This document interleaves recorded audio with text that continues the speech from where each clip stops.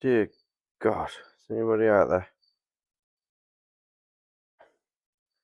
We managed to make it. Hey, Barbarian. Oh, this heat.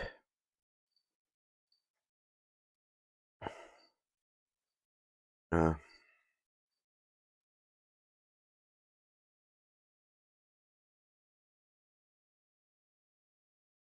so, here we are. Nobody here. Everybody's left. Everybody's too hot.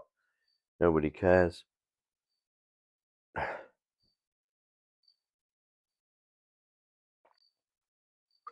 You're right. People are here. You're all here. You're quite right, Sana.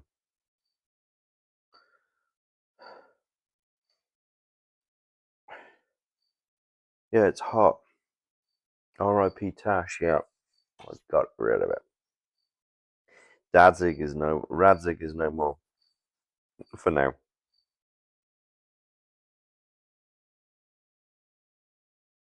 Oh. Don't be too gloomy, really. Sauna Sherlock. I look naked. What are you talking about? I've got a white t-shirt on. How is that naked? Look, see, it's not flesh coloured, is it?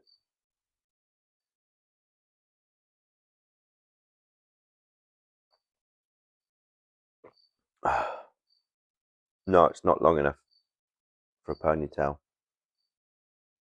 Yes, the mustache keeps warm. I do not have a fan on in here, no.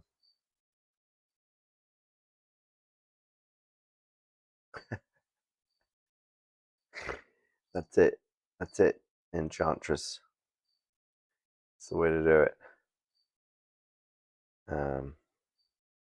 What she said. Oh, naked with the beard. Oh, I see. My mate's not. He's loving it in England. He likes a bit of warm weather. But yeah, it's hot.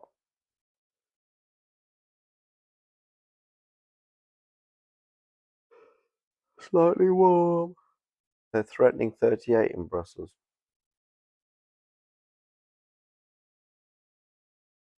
It's not that bad, Alison. We're not quite there yet. No, I just changed the description. Oh, did it not?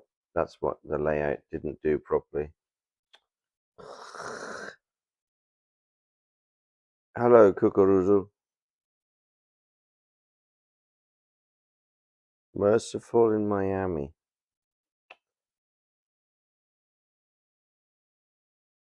All right. Okay. Why is it not updating? Why do you not want to update?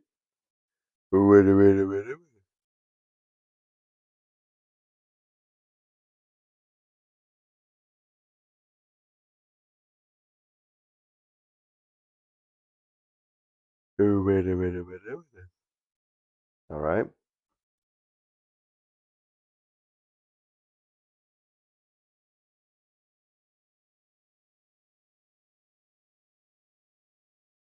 Well, luckily, just about we've still been cooling down at night, but I have to say, I'm not 100% convinced because it's supposed to get even hotter this weekend. Bedtime stories with Danzig.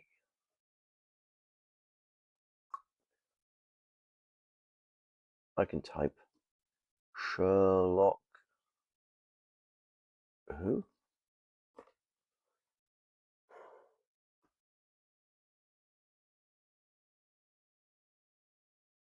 Stream info successfully updated.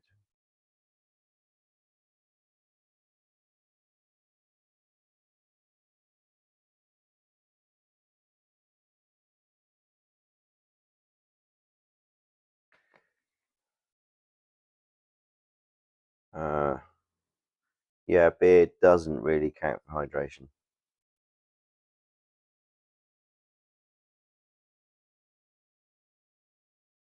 Oh, Mango's had a shave, but yeah, I mean,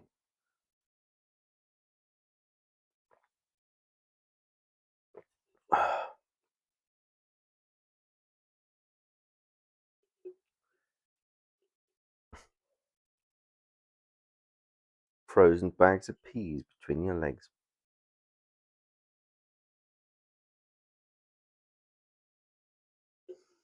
Yes, but it's also a diuretic, Space Maria, because alcohol. So if you want it to count, have a radler at best, at worst, sorry, or have a non-alcoholic beer. Shandy's refreshing, bit of lemonade, some sugar in there as well. No, I think he's appreciating the shave right now.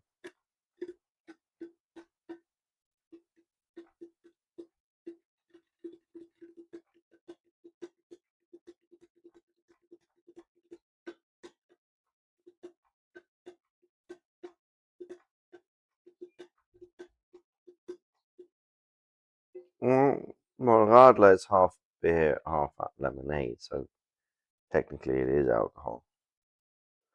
Can hardly be called. I'm just drinking tonic tonight. I've got tonic and I got a coffee of all things.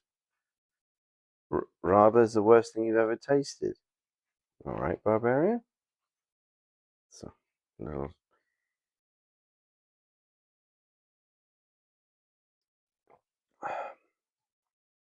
No, Jade. Yes, it's lemonade. It's half lemonade, half beer. I am drinking water, but this is also hydrating. Now, espresso and tonic on ice is not incredible. I'm sorry. Keep me old school here. I'd rather have the hot espresso. Keep the tonic on the side.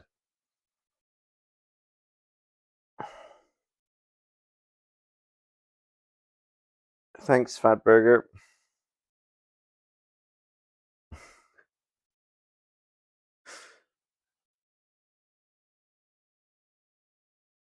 Um, Mohawk Summer.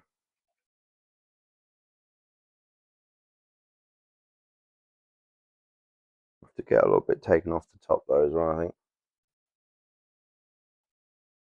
I got Mr. Brown.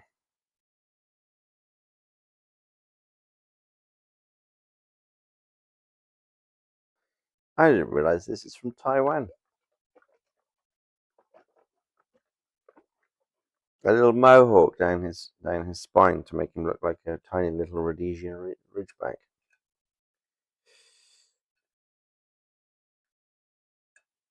Yeah, Alison's got all the tips. Yeah, Berliner Weisse. It's great. Or with raspberry.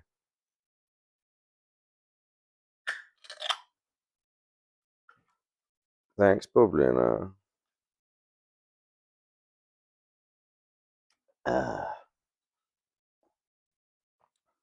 Very sweet.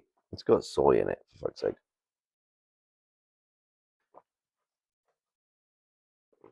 This ingredient list is not really.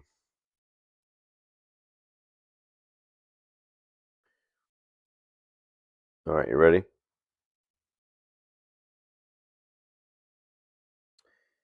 Uh, coffee drink, 50%, which is water, coffee extract.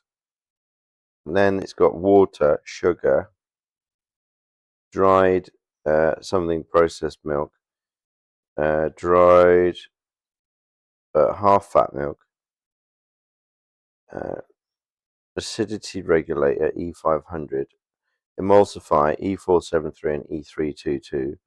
That would be soybean lecithin. Yeah, there we go.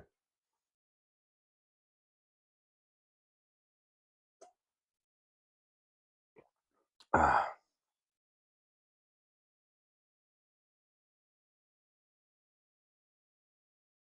Frozen water wrapped in a thin towel. Oh my god.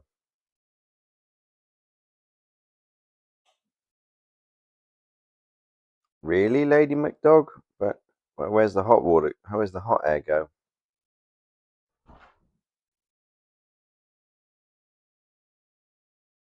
Yeah, beer and Coca-Cola.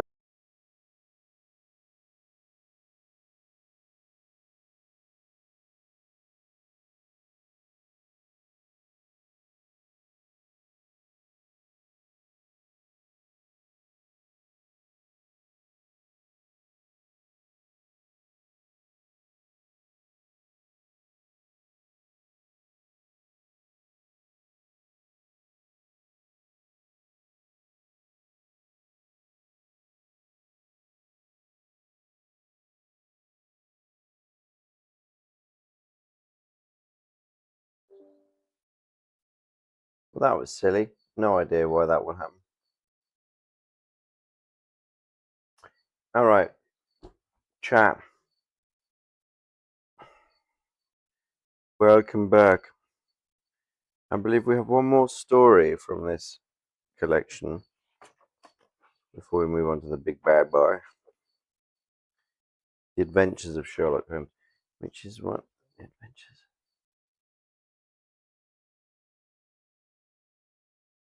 Right, so that's, if this is chronological, it would be the third sort of publications of it.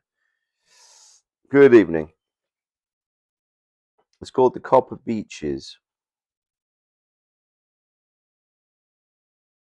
Let's see how we get on. Rayumi, I've got my volume up in case I get cut off again.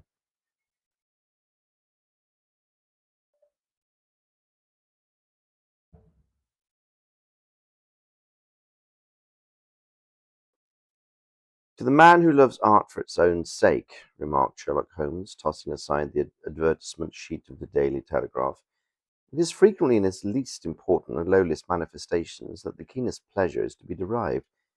It is pleasant to me to observe, Watson, that you have so far grasped this truth that in these little records of our cases, which you have been good enough to draw up, and I am bound to say occasionally to embellish, you have given prominence not so much to the many cases causés célèbres and sensational trials in which I have figured, but rather to those incidents which may have been trivial in themselves, but which have given room for those faculties of deduction and logical synthesis which I have made my special province. And yet, said I, smiling, I cannot quite hold myself absolved from the charge of sensationalism which has been urged against my records. You have erred, perhaps, he observed, taking up a glowing cinder with the tongs and lighting with the long cherry-wood pipe which was wont to replace his clay when he was in a disputatious rather than a meditative mood.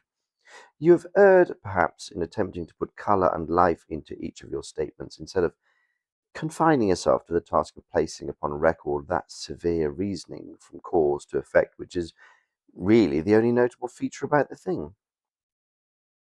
It seems to me that I've done you full justice in the matter, I remarked with some coldness, for I was repelled by the egotism which I had more than once observed to be a strong factor in my friend's singular character. No, it is not selfishness nor conceit, said he, answering, as was his wont, my thoughts rather than my words. If I claim full justice for my art, it is because of it is an impersonal thing, a thing beyond myself. Crime is common, logic is rare. Therefore, it is upon the logic rather than upon the crime that you should dwell. You have degraded what should have been a course of lectures into a series of tales. It was a cold morning of the early spring, and we sat after breakfast on either side of a cheery fire in the old room in Baker Street. A thick fog rolled down between the lines of the dun-coloured houses, and the opposing windows loomed like dark, shapeless blurs through the heavy yellow wreaths. Our gas was lit, and shone on the white cloth and glimmer of china and metal, for the table had not yet been cleared.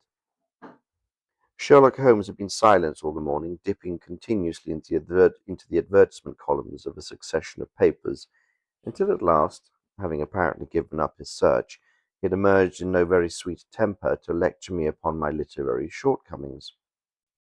At the same time, he remarked after a pause, during which he had sat puffing at his long pipe and gazing down into the fire. You can hardly be open to a charge of sensationalism, for out of these cases which you have been so kind as to interest yourself in, a fair proportion do not treat of crime in its legal sense at all. The small matter in which I endeavoured to help the King of Bohemia, the singular experience of Miss Mary Sutherland, the problem connected with the man with the twisted lip, and the incident of the noble bachelor, are all matters which are outside the pale of the law. But in avoiding the sensational, I fear that you may have bordered on the trivial. The end may have been so, I answered, but the methods I hold to have been novel and of interest. Pshaw, my dear fellow, what do the public, the great unobservant public, who could hardly tell a weaver by his tooth or a compositor by his left thumb, care about the finer shades of analysis and deduction? But indeed, if you are trivial, I cannot blame you. The days of the great cases are past. Man, or at least criminal man, has lost all enterprise and originality. As to my own little practice, it seems to be degenerating into an agency for recovering lost lead pencils and giving advice to young ladies from boarding schools. I think that I've touched bottom at last, however. This note I had this morning marks me 0 point, I fancy. Read it. He tossed a crumpled letter across to me. It was dated from Montague Place upon the preceding evening and ran thus. Dear Mr. Holmes, I am very anxious to consult you as to whether I should or should not accept the situation which has been offered to me as a governess. I shall call at 10:30 tomorrow if I do not inconvenience you. Yours faithfully, Violet Hunter. Do you know the young lady? I asked. Not I. It is 10:30 now. Yes, and I have no doubt that is her ring. But it may turn out to be of more interest than you think. You remember that affair of the blue carbuncle, which appeared to be a mere whim at first, developed into a serious investigation. It may be so in this case also.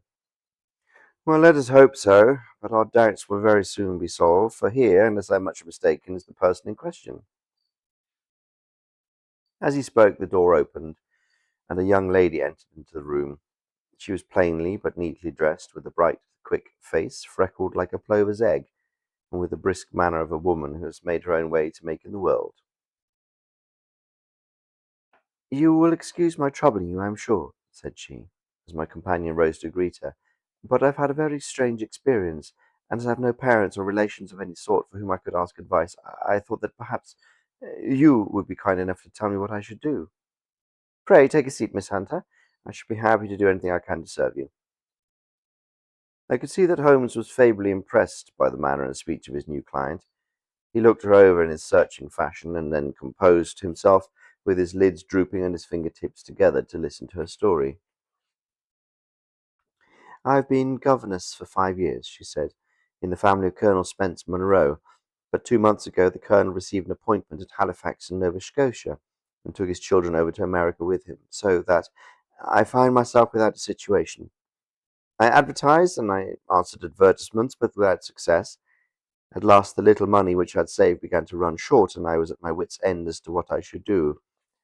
There is a well-known agency for governesses in the West End called Westaway's, and there I used to call about once a week in order to see whether anything had turned up which might suit me.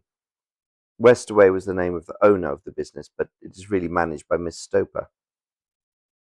She sits in her own little office, and the ladies who are seeking employment wait in an ante-room and are then shown in one by one, when she consults her ledgers and sees whether she has anything which would suit them.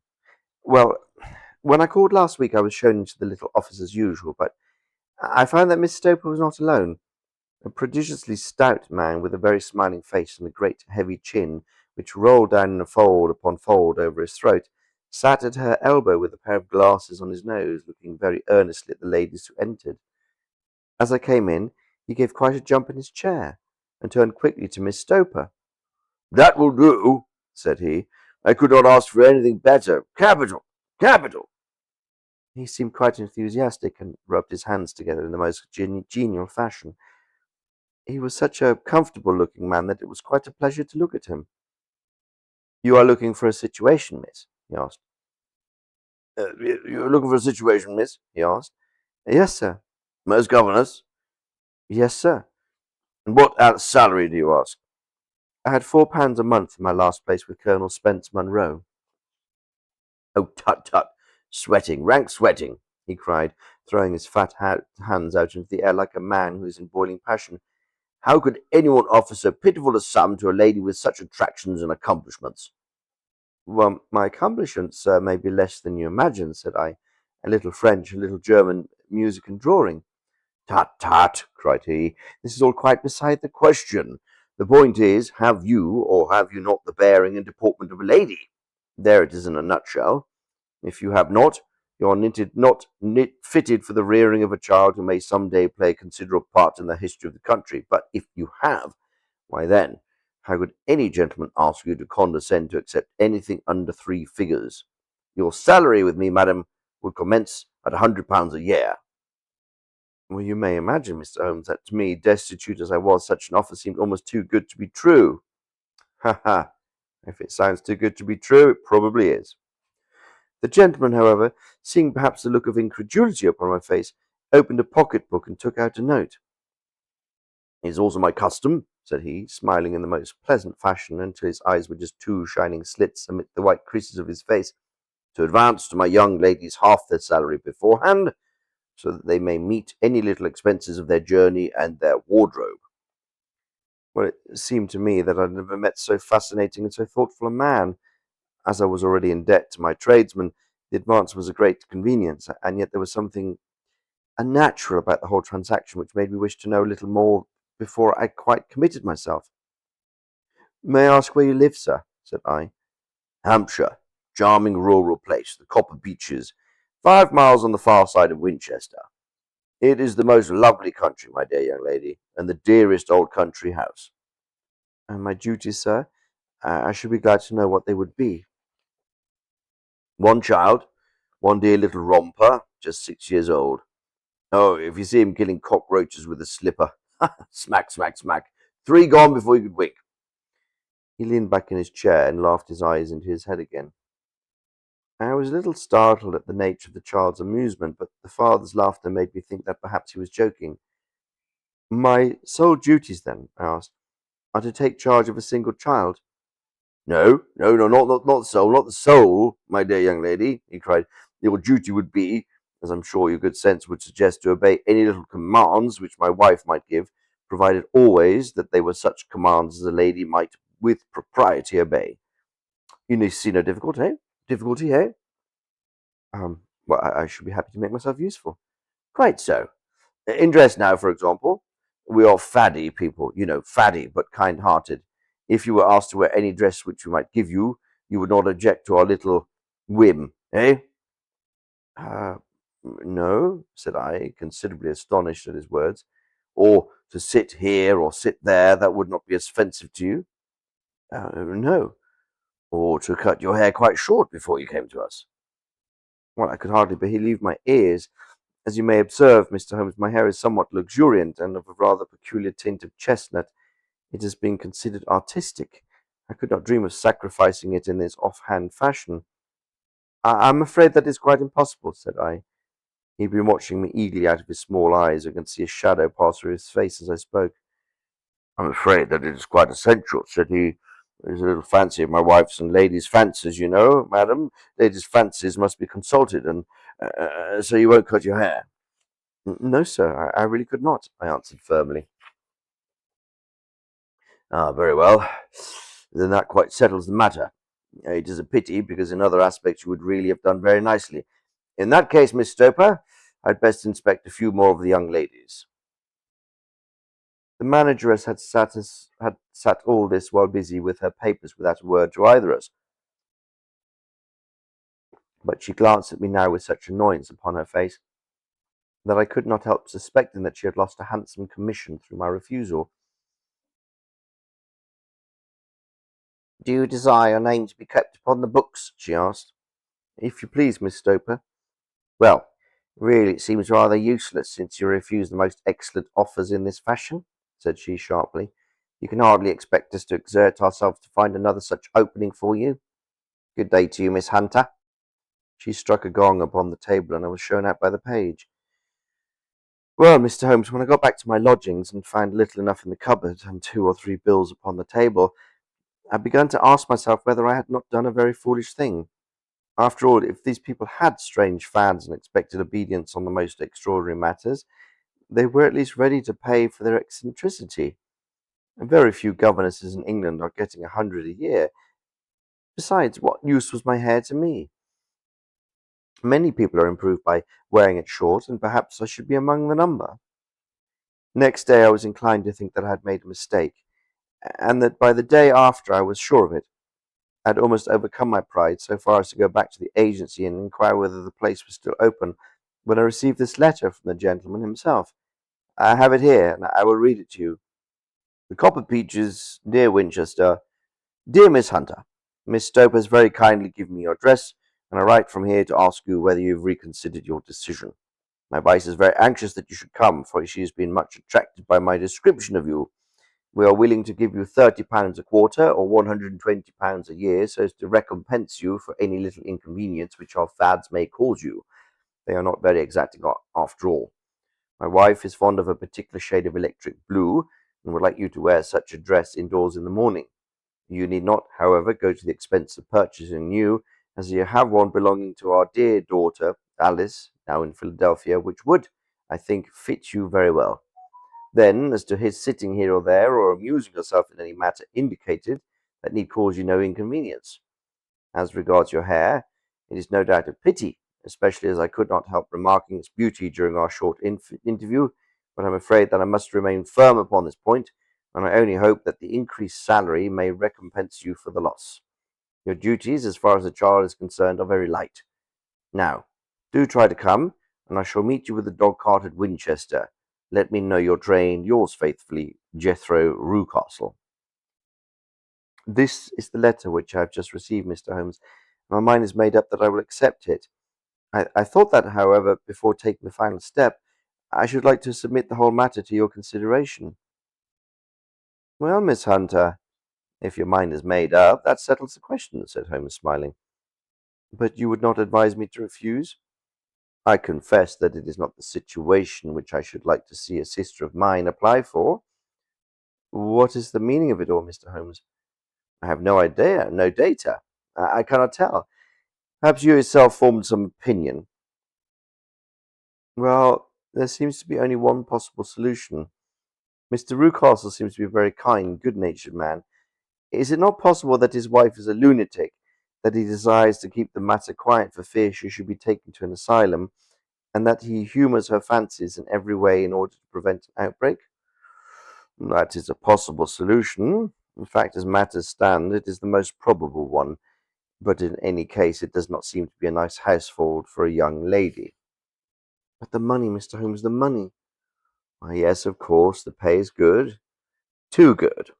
That is what makes me uneasy. Why should they give you £120 a year when they could have their pick for 40? There must be some strong reason behind it. I thought that if I told you the circumstances, you would understand afterwards if I wanted your help. I should feel so much stronger if I felt that you were at the back of me. Now, you may carry that feeling away with you. I assure you that your little problem promises to be the most interesting which has come my way for some months. There is something distinctly novel about some of the features. If you should find yourself in doubt or in danger, danger? What danger do you foresee? Holmes shook his head gravely. It would cease to be a danger if I could define it, said he. But at any time, day or night, a telegram would bring me down to your help. That is enough.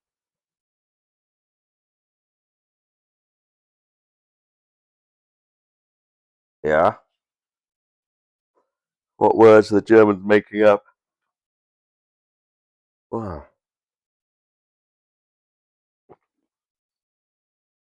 What should I read?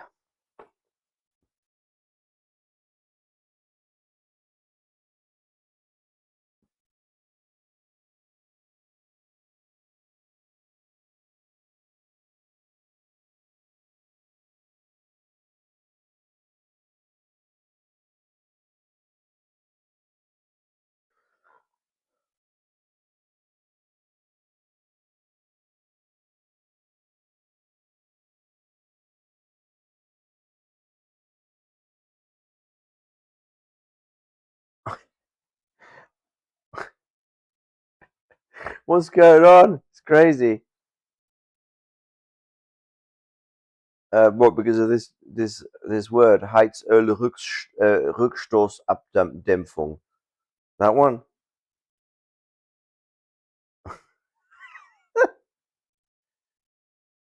Dried sour cherries. Yeah, they're awesome. Mmm. Coated in chocolate.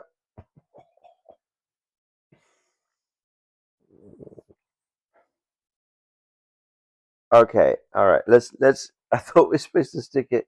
Was that Rindfleisch Etikettierungsübertragungsüberwachungsgesetz? Yeah, that's um the longest word. Right, nice.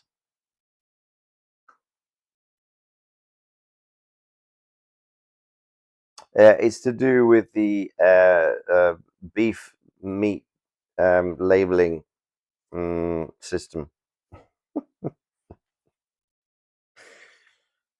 What was the longest word in German? Reinstiftshut Sternlein Kapitänshut Sternlein. I do not remember the Rhabarber Barbara tongue twister. I should learn it, shouldn't I? I should learn it. Let's get back to the story. Anyway, this young lady, Miss Hunter, is off anti-disestablishmentarianism. Love it.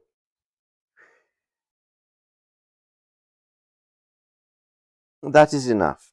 She rose briskly from her chair, with the anxiety all swept from her face. I shall go down to Hampshire quite easy in my mind now. I shall write to you, Mr. Rucastle, at once, sacrifice my poor hair tonight, and start for Winchester tomorrow. With a few grateful words to Holmes, she bade us both good night and bustled off upon her way.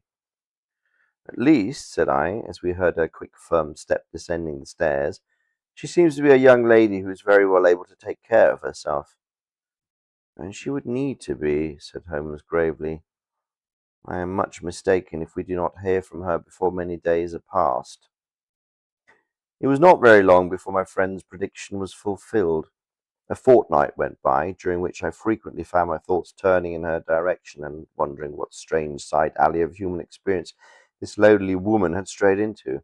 Well, that's a beautiful sentence. Should we read that again?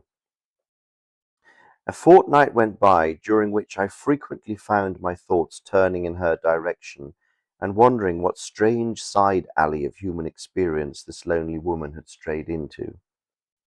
The unusual salary, the curious conditions, the light duties, all pointed to something abnormal, though whether a fad or a plot, or whether the man were a philanthropist or a villain, it was quite beyond my powers to determine.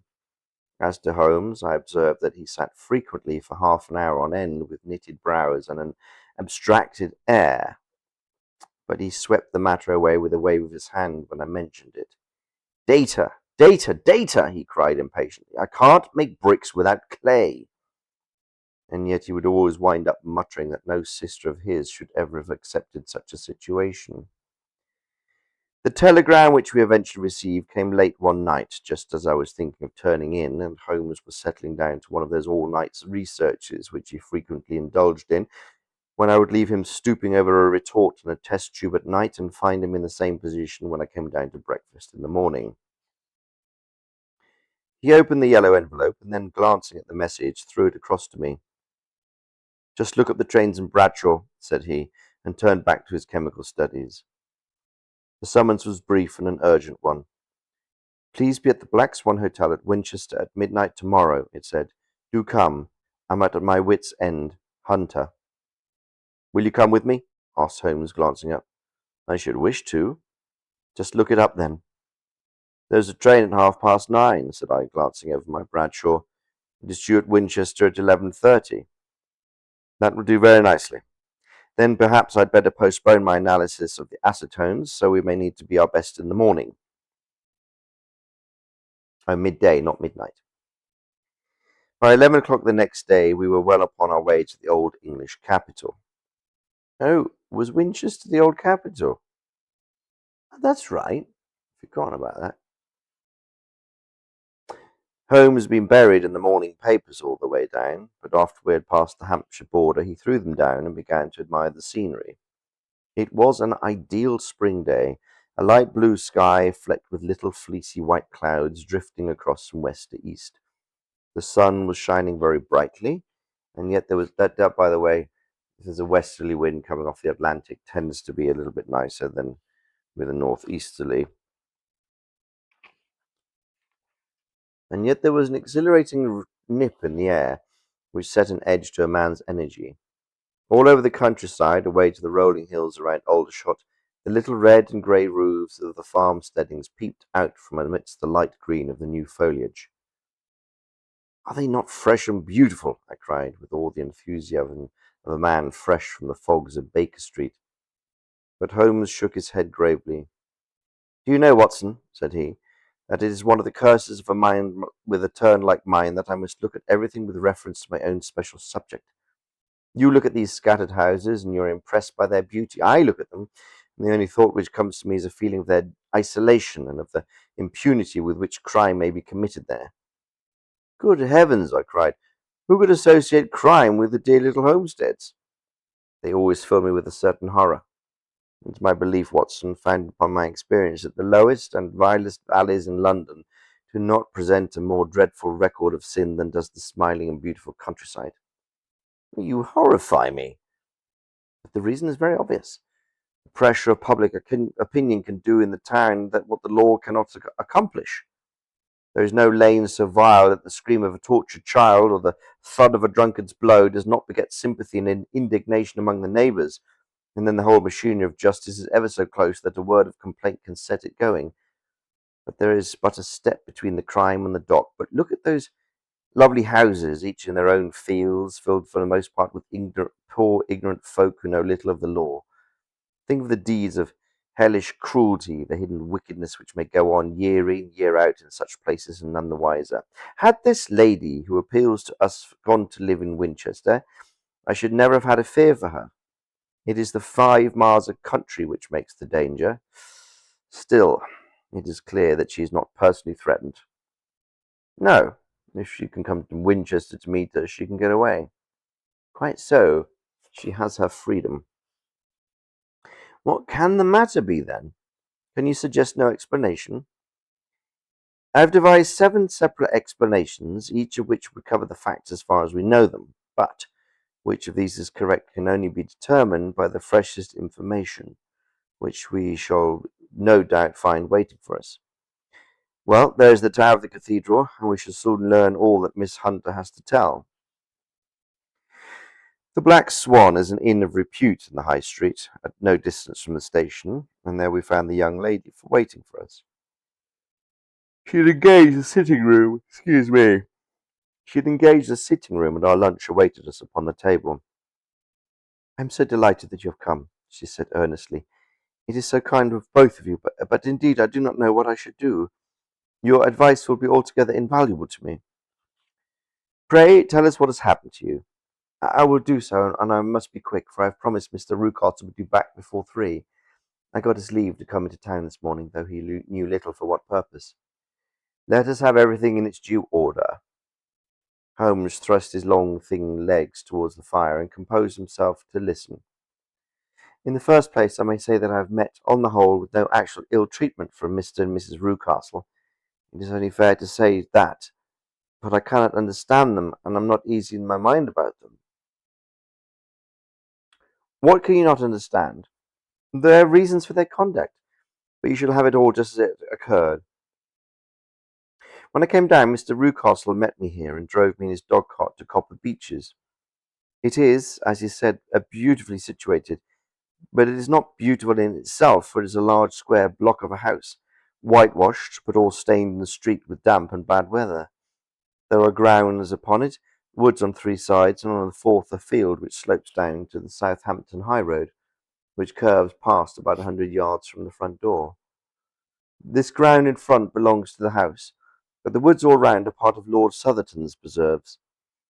A clump of copper beeches immediately in front of the hall door has given its name to the place. I was driven over by my employer, who was as amiable as ever, and was introduced by him that evening to his wife and the child. There was no truth, Mr. Holmes, in the conjecture which seemed to us to be probable in your rooms at Baker Street. Mrs. Rucastle is not mad, I found her to be a silent, pale-faced woman, much younger than her husband, no more than 30, I should think, while he can hardly be less than 45. From their conversation, I have gathered that they may have been married about 7 years, that he was a widower, and that his only child by the first wife was the daughter who has gone to Philadelphia. Mr. Rucastle told me in private that the reasons why she had left them was that she had no unreasoning aversion, that she had an unreasoning aversion to her stepmother. As the daughter would not have been less than 20, I can quite imagine that her position must have been uncomfortable with her father's young wife. Mrs. Rucastle seemed to be colourless in mind as well as in feature. She impressed me neither favourably nor the reverse. She was a non-entity. It was easy to see that she was passionately devoted to her husband and to her little son. Her light grey eyes wandered continuously from one to the other, noting every little want and forestalling it if possible. He was also kind to her almost in his bluff, boisterous fashion, and on the whole they seemed to be a happy couple. And yet she had some secret sorrow, this woman. She would often be lost in deep thought with the saddest look upon her face. More than once I have surprised her in tears. I have thought sometimes that it was the disposition of her child which weighed upon her mind, for I have never met so utterly spoilt and so ill-natured a little creature. He is small for his age, with a head which is quite disproportionately large. His whole life appears to be spent in an alternation between savage fits of passion and gloomy intervals of sulking. Thank you for keeping the yawn count up.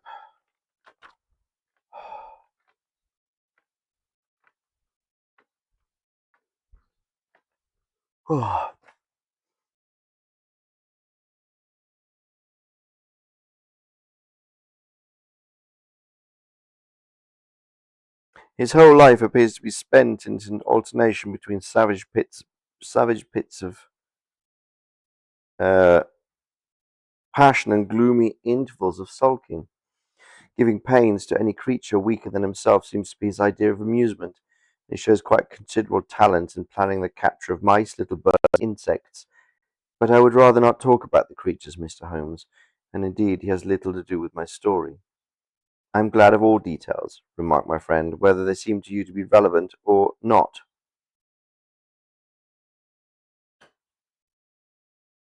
I'm sorry. It seems that, for whatever reason, my laptop is not plugged in, even though it is plugged in. I think we have a small adapter attachment. Or, or,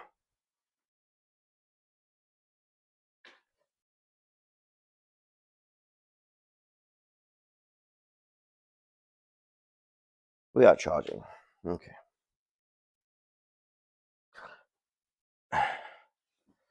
Oh dear. Where'd he go? Cable. Valeria was chewing on the cables again.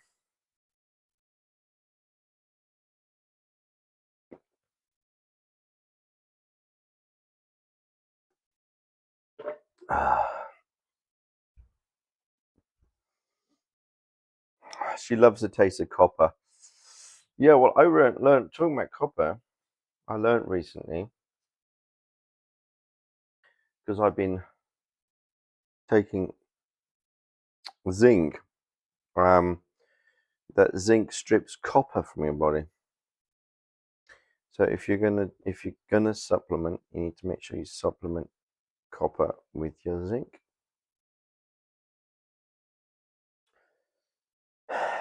Zinc, so yes, important for guys. Magnesium for the ladies. I mean all of them, but which magnesium is the question? Because there's like 7 different ones. They all do slightly different things.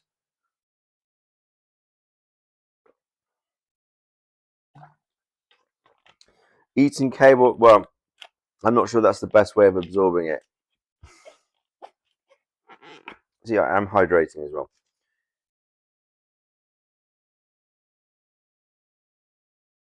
Oh, you were drinking too much water and yeah, yeah, exactly. That's why mineral water is good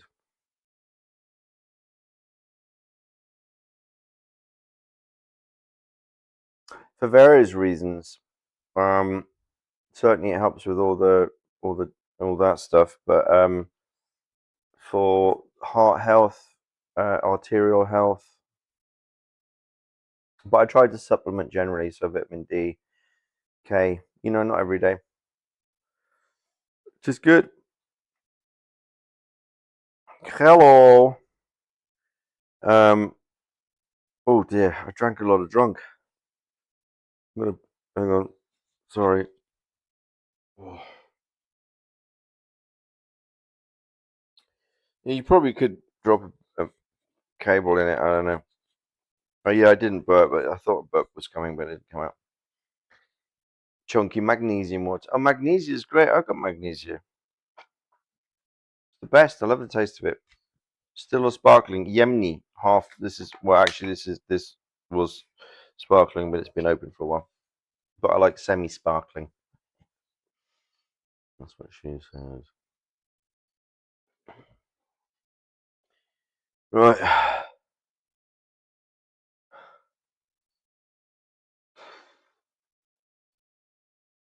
I know. It tastes like licking stones. What kind of stones are you licking? Not any stone that I've ever lucked. Right. Jesus, there's no air moving. All right, here we go.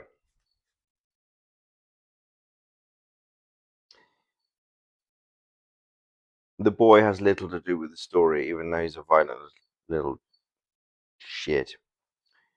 I'm glad of all details, remarked my friend, whether they seem to be to you relevant or not. I should try not to miss anything of importance. The one unpleasant thing about the house which struck me at once was the appearance and conduct of the servants. There are only two, a man and his wife. Toller, for that's his name, is a rough, uncouth man with grizzled hair and whiskers, and a perpetual smell of drink. Twice since I have been with them he has been quite drunk, and yet Mr. Rucastle.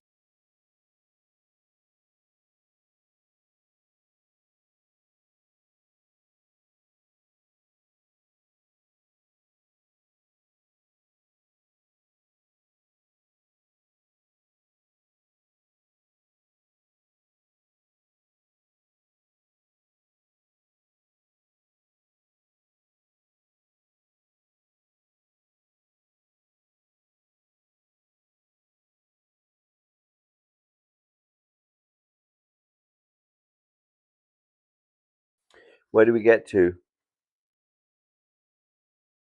Don't make me come over there.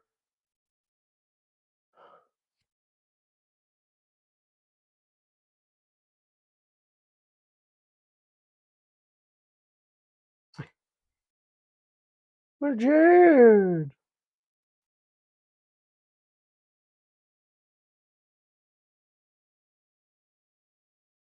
No, I haven't turned on my fan.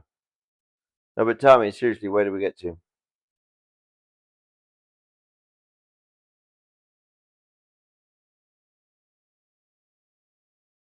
It's not in the room. I'm not doing it. I don't need it. I'm fine.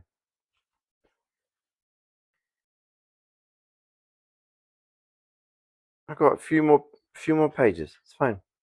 Servant called Toller. Thank you. Thank you, Bianco. There are only two, a man and his wife. Toller, for that's his name, is a rough, uncouth man with grizzled hair and whiskers, and a perpetual smell of drink. Twice since I have been with them he has been quite drunk, and yet Mr. Rucastle seemed to take no notice of it. His wife is a very tall and strong woman with a sour face, as silent as Mrs. Rucastle, much less amiable. They are a most unpleasant couple, but fortunately I spend most of my time in the nursery and my own room, which are next to each other in one corner of the building. For 2 days after my arrival at Copper Beeches, my life was very quiet. On the third, Mrs. Rucastle came down just after breakfast and whispered something to her husband. Oh, yes, said he, turning to me. We're very much obliged to you, Miss Hunter, for falling in with our whims so far as to cut your hair. I assure you that it was not detracted in the tiniest iota from your appearance. We shall now see how the electric blue dress will become you. We will find it laid out upon the bed in your room, and if you'd be so good as to put it on, we should both be extremely obliged. The dress which I found waiting for me was of a peculiar shade of blue. It was of excellent material, a sort of beige, but it bore unmistakable signs of having been worn before. It could not have been a better fit if I had been measured for it. Both Mr. and Mrs. Rucastle expressed the delight at the at what? Oh yeah, at the look of it, which seemed to be exaggerated in its vehemence. They were waiting for me in the drawing room, which is a very large room stretching along the entire front of the house, with three long windows reaching down to the floor. A chair had been placed close to the central window, with its back turned towards it. In this I was asked to sit, and then Mr. Rucastle, walking up and down on the other side of the room, began to tell me a series of the funniest stories that I should ever have listened to.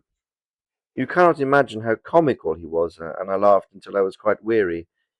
Mrs. Rucastle, however, who was evidently no sense of humour, never so much as smiled, but sat with her hands in her lap, and a sad, anxious look upon her face. After an hour or so, Mr. Rucastle suddenly emerged, remarked that it was time to commence the duties of the day, and that I might change my dress and go to little Edward in the nursery. 2 days later, the same performance was gone through under exactly similar circumstances. Again I changed my dress, again I sat in the window, and again I laughed very heartily at the funny stories which my employer had an immense repertoire, and which he told inimitably. Then he handed me a yellow-backed novel, and moving my chair a little sideways, so that my own shadow might not fall upon the page, he begged me to read aloud to him. I read for about 10 minutes, beginning in the heart of a chapter, and then suddenly in the middle of a sentence. He ordered me to cease and change my dress.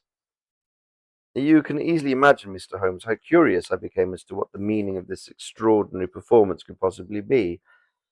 They were always very careful, I observed, to turn my face away from the window, so that I became consumed with the desire to see what was going on behind my back.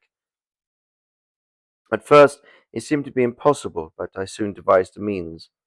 My hand mirror had been broken, so a happy thought seized me, and I concealed a little of the glass in my handkerchief. On the next occasion, in the midst of my laughter, I put my handkerchief up to my eyes, and was able with a little management to see all that there was behind me. I confess that I was disappointed. There was nothing. At least that was my first impression. At the second glance, however, I perceived that there was a man standing in the Southampton Road, a small, bearded man in a grey suit, who seemed to be looking in my direction. The road is an important highway, and there are usually people there. This man, however, was leaning against the railings which bordered our field, and was looking earnestly. I lowered my handkerchief and glanced at Mrs. Rucastle, to find her eyes fixed upon me with a most searching gaze. She said nothing, but I am convinced that she had divined that I had a mirror in my hand, and had seen what was behind me. She rose at once. "Jeffro," said she, "there's an impertinent fellow upon the road there who stares up at Miss Hunter." "No friend of yours, Miss Hunter?" he asked. "No, I know no one in these parts." "Dear me, how very impertinent. Kindly turn around and motion him to go away." "Surely it would be better to take no notice." "No, no, we should have him loitering here always. Kindly turn around and wave him away like that." I did as I was told, and at the same instant Mrs. Rucastle drew down the blind. That was a week ago, and from that time I have not sat again in the window, nor have I worn the blue dress, nor seen the man in the road.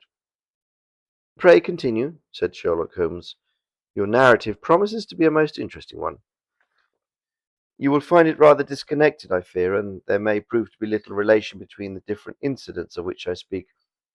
On the very first day I was at Copper Beeches, Mr. Rucastle took me to a small outhouse which stands near the kitchen door. As we approached it, I heard the sharp rattling of a chain, and the sound of a large animal moving about. "Look in here," said Mr. Rucastle, showing a slit between the two planks. "Is he not a beauty?" I looked through and was conscious of two glowing eyes and of a vague figure huddled in the darkness. "Don't be frightened," said my employer, laughing at the start which I gave. "It's only Carlo, my mastiff. I call him mine, but really old Toller, my groom, is the only man who can do anything with him. We feed him once a day, and not too much then, so that he's always as keen as mustard. Toller lets him loose every night, and God help the trespasser who lays his fangs upon. For goodness sake, don't ever put on any pretext set your foot over the threshold at night, for it is as much as your life is worth." The warning was no idle one, for 2 nights later I happened to look out of my bedroom window about 2 o'clock in the morning. It was a beautiful moonlit night, and the lawn in front of the house was silvered over and almost as bright as day. I was standing wrapped in the peaceful beauty of the scene, when I was aware that something was moving under the shadow of the copper beeches. As it emerged into the moonshine, I saw what it was. It was a giant dog, as large as a calf, tawny tinted, with hanging jowl, black muzzle, and huge projecting bones. It walked slowly across the lawn and vanished into the shadow upon the other side. That dreadful, silent sentinel gave a chill to my heart, which I do not think that any burglar could have done. And now I have a very strange experience to tell you. I had, as you know, cut off my hair in London, and had placed it in a great coil at the bottom of my trunk. One evening, after the child was in bed, I began to amuse myself by examining the furniture of my room and by rearranging my own little things. There was an old chest of drawers in the room, the two upper ones empty and open, the lower one locked. I had filled the first two with my linen, and as I had still much to pack away, I was naturally annoyed at not having the use of the third drawer. It struck me that it might have been fastened by mere oversight, so I took out my bunch of keys and tried to open it. The very first key fitted with perfection, and I drew the drawer open. There was only one thing in it, and I'm sure that you would never guess what it was. It was my coil of hair. I took it up and examined it. It was of the same peculiar tint and the same thickness, but then the impossibility of the thing protruded itself upon me. How could my hair have been locked in the drawer?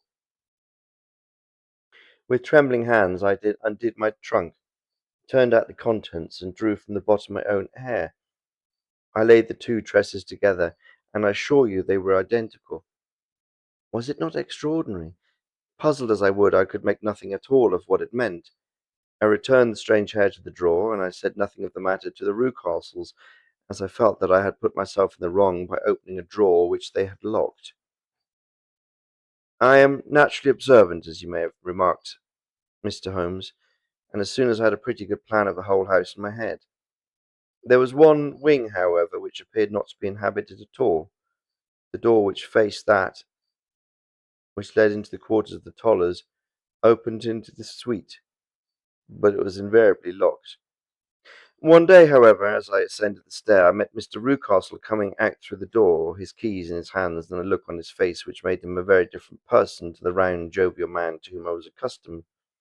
His cheeks were red, his brow was all wrinkled with anger, and the veins stood out at his temples with passion.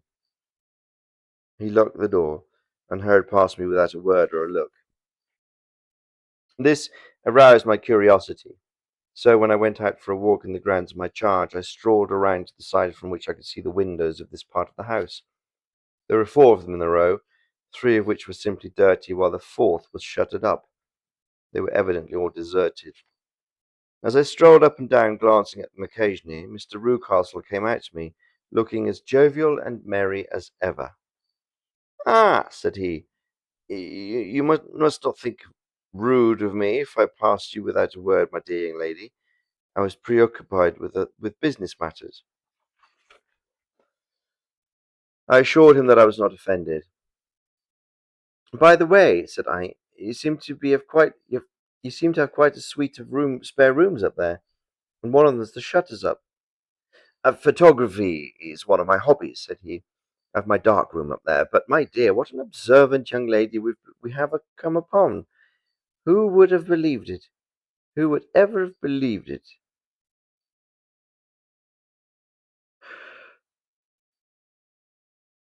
He spoke in a jesting tone, but there was no jest in his voice as he looked at me. I read suspicion there and annoyance, but no jest. Well, Mr. Holmes, from the moment that I understood that there was something about that suite of rooms which I was not to know, I was all on fire to go over them. It was not mere curiosity, though I have my share of that. It was far more of a feeling of duty, a feeling that some good might come from my penetrating this place. They talk of women's instincts, but perhaps it was women's instinct which gave me that feeling.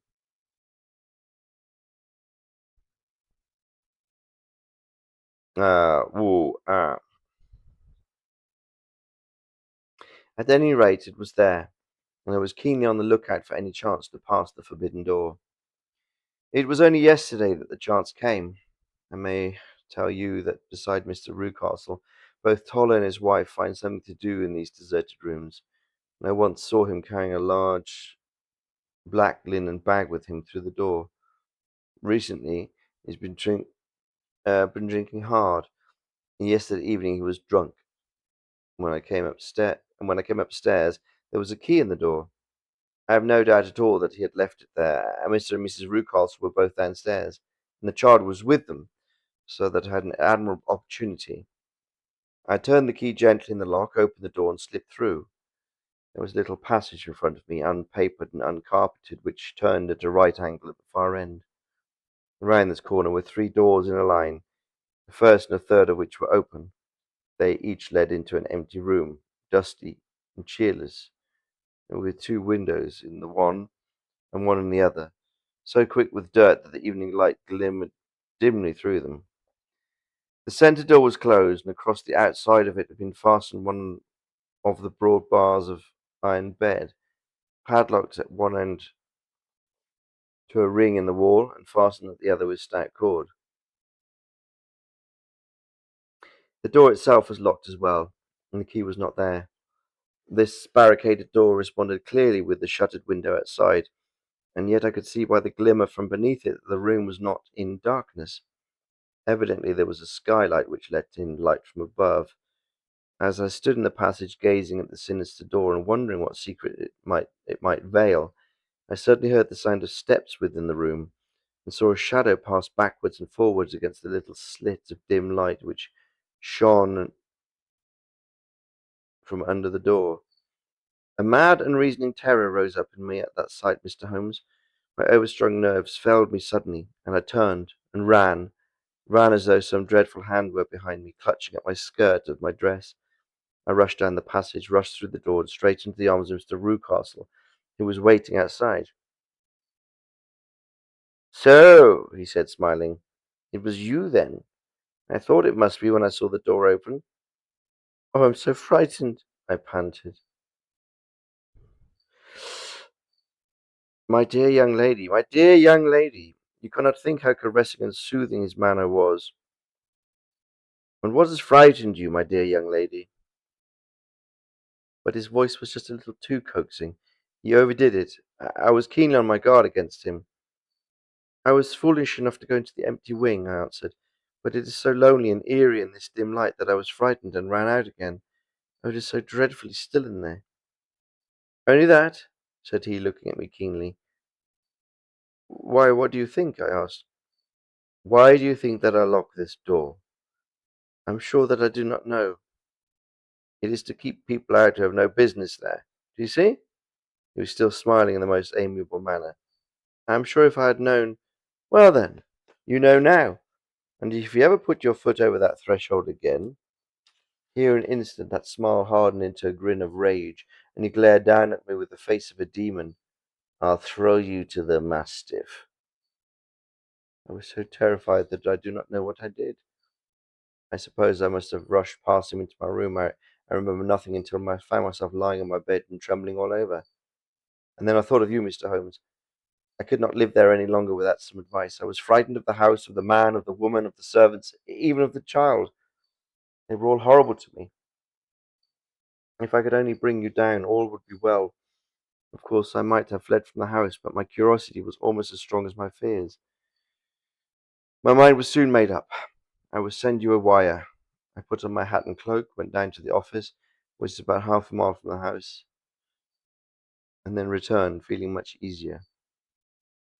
A horrible doubt came into my mind as I approached the door, lest the dog might be loose, but I remembered that Toller had drunk himself into a state of insensibility that evening, and I knew that he was the only one in the household who could have any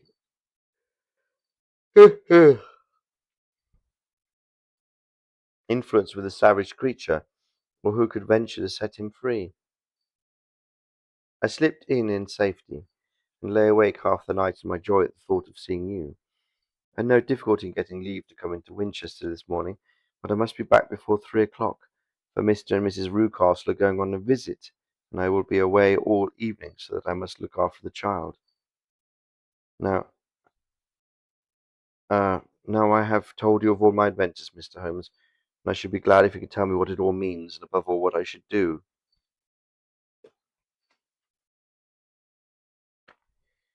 Holmes and I had listened spellbound to this extraordinary story. My friend rose now and paced up and down the room, his hands in his pockets, an expression of the most profound gravity upon his face.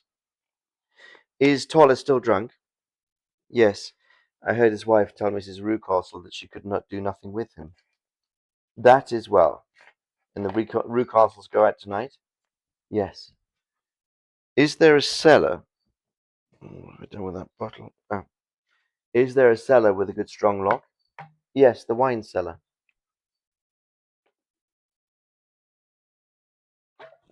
You seem to me to have acted all through this matter like a brave and sensible girl, Miss Hunter. Do you think that you could perform one more feat? I should not ask it of you if I did not think you quite an exceptional woman. I will try. What is it? We shall go to the Copper Beeches by 7 o'clock, my friend and I. The Rucastles will be gone by that time, and Toller will, we hope, be incapable. There only remains Mrs. Toller, who might give the alarm. If you could send her into the cellar on some errand, and then turn the key upon her, you would facilitate matters immensely. I will do it. Excellent. We shall then look thoroughly into the affair. Of course, there is only one feasible explanation. You've been brought here to impersonate someone, and the real person is imprisoned in this chamber. That is obvious.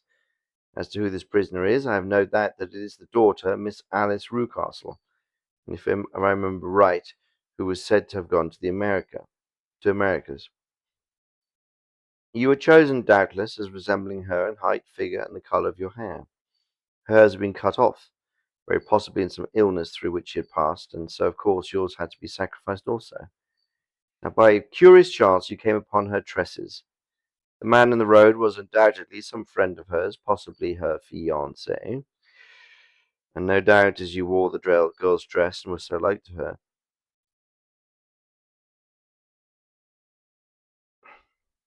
Oop, little Minnie sleep.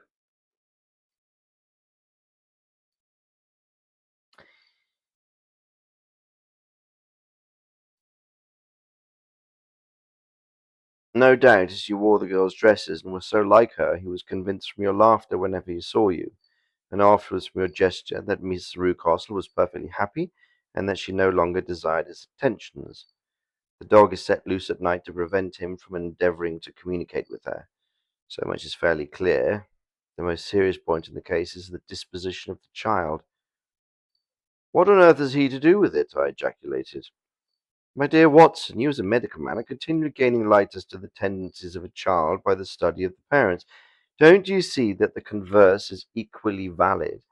I have frequently gained my first real insight into the character of parents by studying their children. The child's disposition is abnormally cruel, merely for cruelty's sake, and whether he derives this from his smiling father, as I should suspect, or from his mother, it bodes evil for the poor girl who is in their power. I'm sure that you are right, Mr. Holmes, cried our client. 1,000 things come back to me which make me certain that you have hit it. Oh, let us not lose an instant in bringing help to this poor creature. We must be circumspect, for we are dealing with a very cunning man. We can do nothing until 7 o'clock. At that hour we shall be with you, and it will not be long before we solve the mystery. We were as good as our word, for it was just 7 when we reached the Copper Beeches, having put up our trap at a wayside public house. The group of trees, which the dark with their dark leaves shining like burnished metal in the light of the setting sun, were sufficient to mark the house had Miss Winter not been standing smiling on the doorstep. "Have you managed it?" asked Holmes. A loud thudding noise came from somewhere downstairs. "That is Mrs. Toller in the cellar," she said. "Her husband lies snoring on the kitchen rug. Here are his keys, which are the duplicate of Mr. Rucastle's." "You have done well indeed," cried Holmes with enthusiasm. "Now, lead the way, and we shall soon see the end of this black business." We passed up the stair, unlocked the door, followed on down a passage, and found ourselves in front of the barricade which Miss Hunter had described. Holmes cut the cord and removed the transverse bar.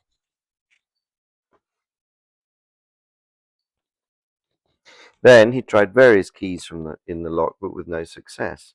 No sound came from within. At the silence, Holmes's face clouded over. "I trust that we are not too late," said he. "I think, Miss Hunter, that we'd better go in without you. Now, Watson, put your shoulder to it, and we shall see whether we cannot make our way in." It was an old rickety door, and gave at once before our united strength. Together we rushed into the room. It was empty. There was no furniture save a little pallet bed, a small table, and a basket full of linen. The skylight above was open, and the prisoner gone. "There has been some villainy here," said Holmes. "This beauty has guessed Miss Hunter's intentions, and has carried his victim off." "But how?" "Through the skylight. We shall soon see how he managed it." He swung himself up onto the roof. "Ah, yes," he cried. "Here's the end of a long light ladder against the eaves. That is how he did it." "But it is impossible," said Miss Hunter. "The ladder was not there when the Rucastles went away." "Oh, he's come back and done it. I tell you that he is a clever and dangerous man. I should not be very much surprised if the this is where who ooh if I should not be very much surprised if this were he whose step I hear now upon the stair. I think, Watson, that it would be as well for you to have your pistol ready." The words were hardly out of his mouth before a man appeared at the door of the room, a very fat and burly man with a heavy stick in his hand. Miss Hunter screamed and shrunk back against the wall at the sight of him, but Sherlock Holmes sprang forward and confronted him. "You villain," said he, "where's your daughter?" The fat man cast his eyes round, and then up at the open skylight. "It is for me to ask you that," he shrieked. "You thieves! Spies and thieves! I've caught you, have I? You're in my power. I'll serve you." He turned and clattered down the stairs as fast as he could go. "He's gone for the dog," cried Miss Hunter. "I have my revolver," said I. "Better close to the front door," cried Holmes, and we all rushed down the stairs together. We had hardly reached the hall when we heard the baying of a hound, and then a scream of agony and a horrible worrying sound, which it was dreadful to listen to. An elderly man with a red face and shaking limbs came staggering out at the side door. "My God!" he cried. "Someone has loosed the dog. It's not been fed for 2 days. Quick, quick, or it'll be too late." Holmes and I rushed out and round the angle of the house, with Toller hurrying behind us. There was the huge famished brute, its black muzzle buried in Rucastle's throat, while he writhed and screamed upon the ground. Running up, I blew its brains out, and it fell over with its keen white teeth still meeting in the great creases of his neck. With much labour, we separated them and carried him living but horribly mangled into the house. We laid him upon the drawing-room sofa, and having dispatched the sobered Toller to bear the news to his wife, I did what I could to relieve his pain. We were all assembled round when the door opened, and a tall, gaunt woman entered the room. "Mrs. Toller," cried Miss Hunter. "Yes, miss. Mr. Rucastle let me out when he came back before he went up to you. Oh, miss, it is a pity you didn't let me know what you were planning, for I would have told you that your pains were wasted." "Ha!" said Holmes, looking keenly at her. "It is clear that Mrs. Toller knows more about this matter than anyone else." "Oh, yes, sir, I do, and I'm ready enough to tell you what I know." "Then pray sit down and let us hear it, for there are several points on which I must confess that I'm still in the dark." "I will soon make it clear to you," said she, "and I have done so before now if I could have got out from the cellar. If there's police court business over this, you'll remember that I was the one who stood your friend and that I was Miss Alice's friend too. She was never happy at home, Miss Alice wasn't, from the time that her father married again. She was slighted like. She had no say in anything, but it never really became bad for her until after she met Mr. Fowler at a friend's house. As well as I could learn, Miss Alice had rights of her own by will, but she was so quiet and patient, she was, that she never said a word about them, but she just left everything in Mr. Rucastle's hands. He knew he was safe with her. He knew he was safe with her, but when there was a chance of a husband coming forward who could ask for all the law could give him, then her father thought it time to put a stop on it. He wanted her to sign a paper so whether she married or not she could use her money, but she wouldn't do it.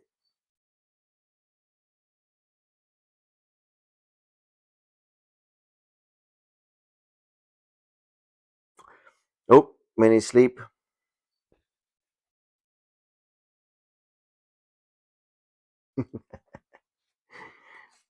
We're almost at the end of it. This is the last page.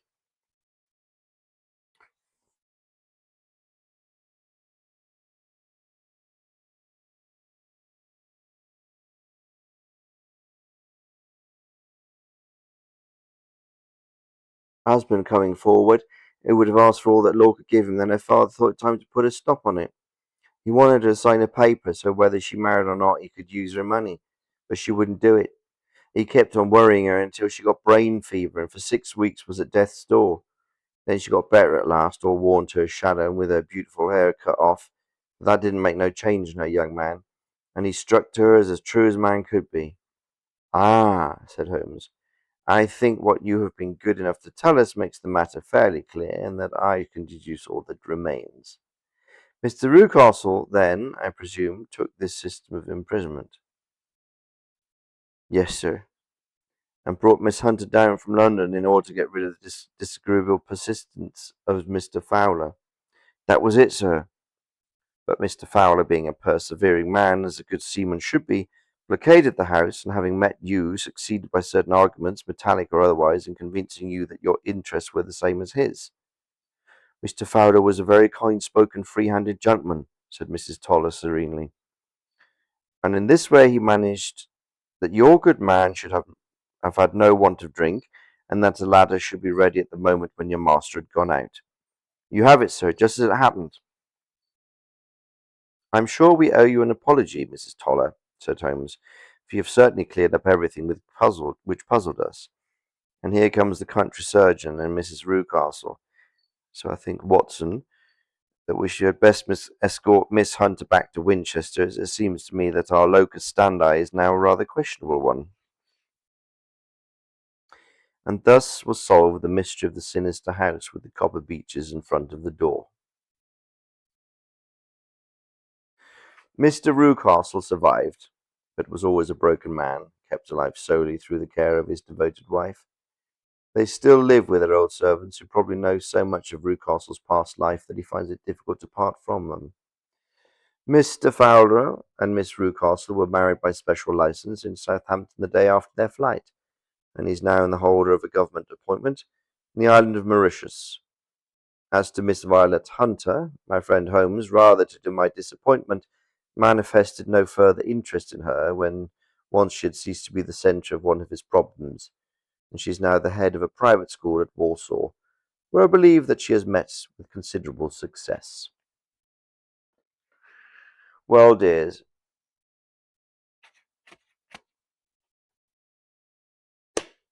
that is the end of the adventures of Sherlock Holmes, but not the Sherlock Holmes adventure.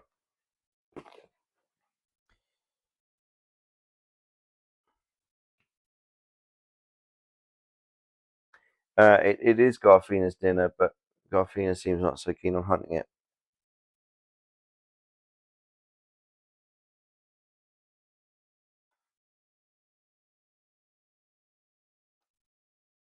Bedtime now, yeah. Thank you, Sana. Much appreciated. Garfina's the gecko.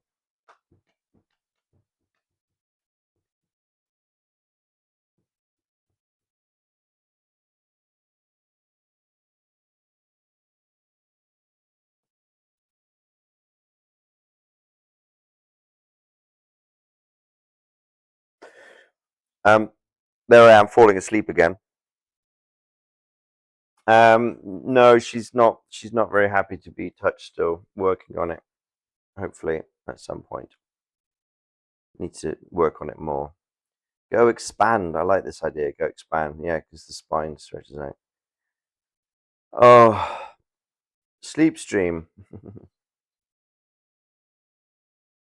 Quite. I wish I could fall asleep that fast. Yeah, I falling asleep has never been a problem. It's the waking up bit that I have issues with. I'm going to fall asleep on the bed. I'm going to get some tea towels wet for my ankles and my neck. So, see you all maybe in the morning for Kingdom. What's it called? Crusader Kings 3.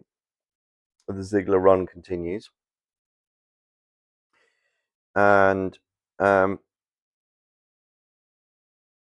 will uh, do soup on Friday. Actually, I need to release that recipe, don't I? That's what I need to do before I go to bed. Good night.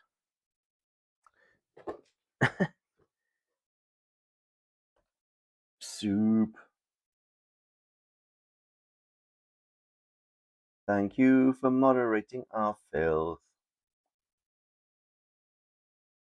5 sleep counter. Really? I thought it was only 3 times. 5 yawns, 3 sleeps. I don't know. All right, gang. Ooh, it is number 6.